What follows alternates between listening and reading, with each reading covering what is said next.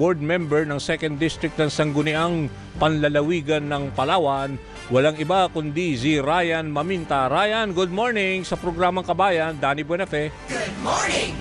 Magandang umaga po, Kabayan Danny. Magandang umaga po sa inyo. Magandang umaga po sa mga taga-subaybay natin. Okay, maraming salamat. Nasa Palawan ka ngayon? Nandito po ako sa Palawan ngayon at Okay. katatapos ng regular session namin kahapon. Okay. Kaya tuloy-tuloy lang at Yeah. marami pang mga committee hearings, Danny. Okay, maraming salamat at syempre mukhang malinaw naman yung Zoom natin, no? At ano ba ang reaksyon mo? I'm sure kahapon nakausap ko si Mayor Billy Alindogan siyempre wala pa yung issue nitong diniklarang persona non grata yung 16 na opisyal diyan sa Kalayaan, Palawan. Ano ang reaksyon mo dito, Ryan? Kahapon po yung magkasabay halos yung session namin ng Sangguniang Panlalawigan at ng Sangguniang Bayan.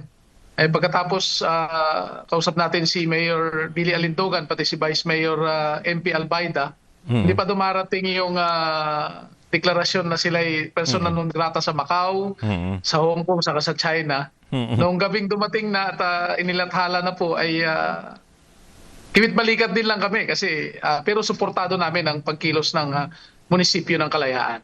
Okay. Dahil sa totohanan lang ay ang munisipyo ng Kalayaan po ay matagal ng parte ng lalawigan ng Palawan. Politically, administratively, pati iba pang mga gawain talagang nasa teritoryo siya ng aming lalawigan. Oo.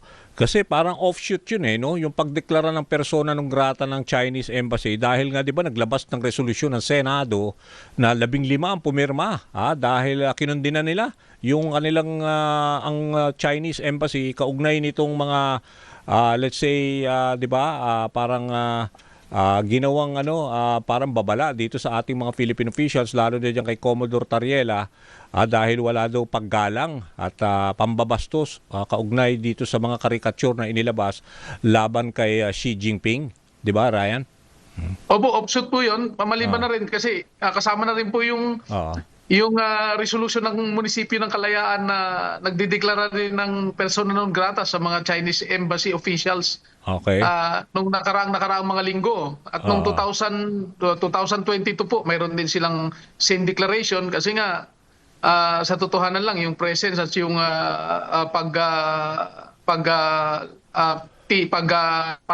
pagkakaroon ng banta sa kanila doon ay totoong nangyayari. So bilang reaksyon po ng konseho at ng munisipyo na talagang tayuan yung kanilang teritoryo at pagiging bahagi ng Pilipinas, ay may mga resolution po silang inaktuhan na gano'n ng mga nakaraang mga araw.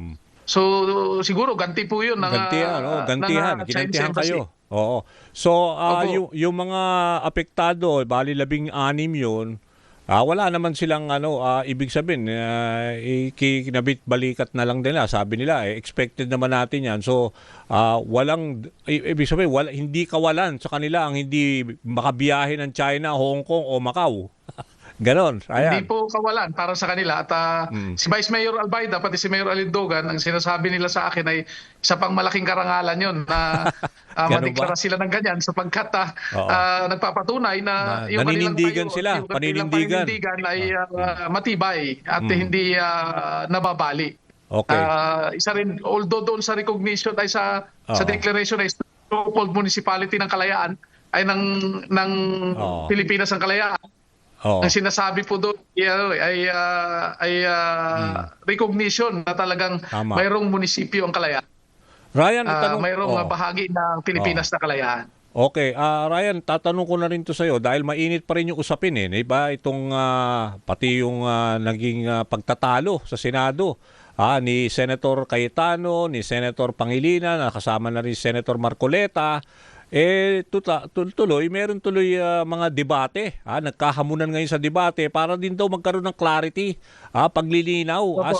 Sino ba talaga ang dapat makinig at saka para maintindihan ng mga ordinaryong mamamayan, ikaw ba suportado mo yung mga ganitong panawagan na let's say para at least maintindihan din ng taong bayan, hindi lang ng mga ilang senador o yung pinapalabas nila Justice Carpio at saka nila Commodore Tariela?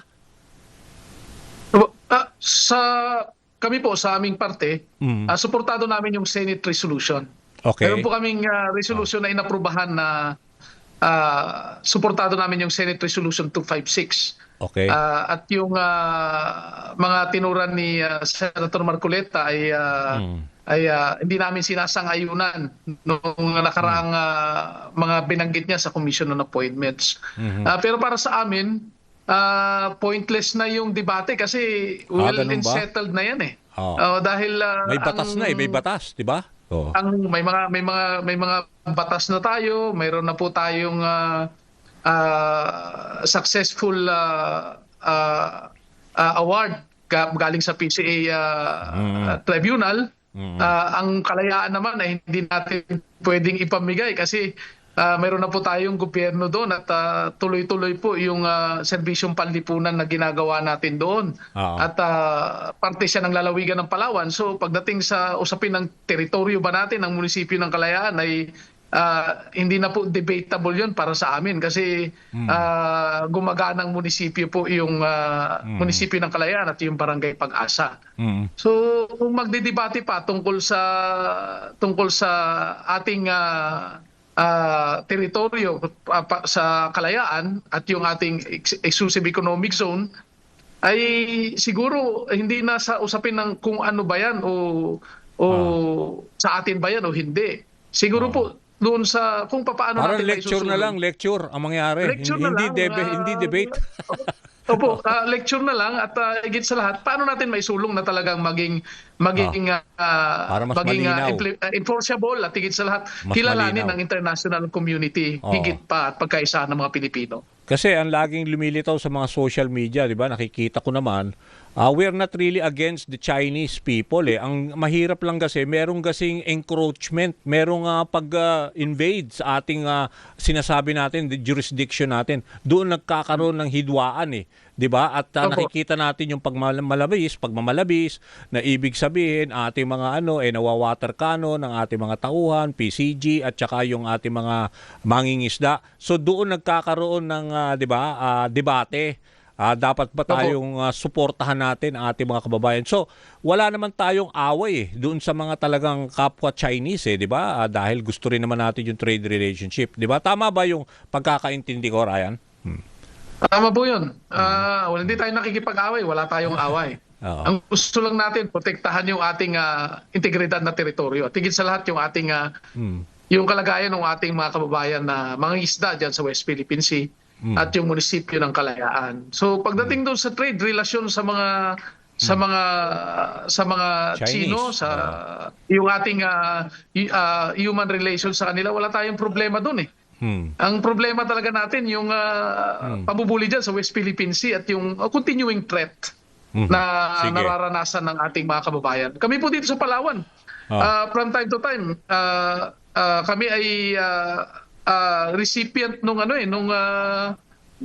pagsabog ng mga testing nila ng rocket launch nila. Ganun ba? Kung mapapansin niyo, parating may advisory yan na pag-ingatan yung mga mangingisda. Hanggang ngayon? Tuloy-tuloy yan, Ryan? Hanggang ngayon? Nung mga nakaraang mga buwan po, pero so far wala uli ngayon. Pero nag-dwindle. malapit na sa amin eh. Diba? At kami naman ay laban lang. Manalangin lang kami at higit sa lahat, dapat magkaisa talaga tayo, Kadani, para isang punto lang tayo, isang direksyon lang tayo bilang mga Pilipino. Okay. Sige. Nako, maraming salamat, Ryan, at patuloy kami makikipag-ugnayan sa iyo in connection with this, masalimuot na West Philippine Sea. Thank you, Ryan.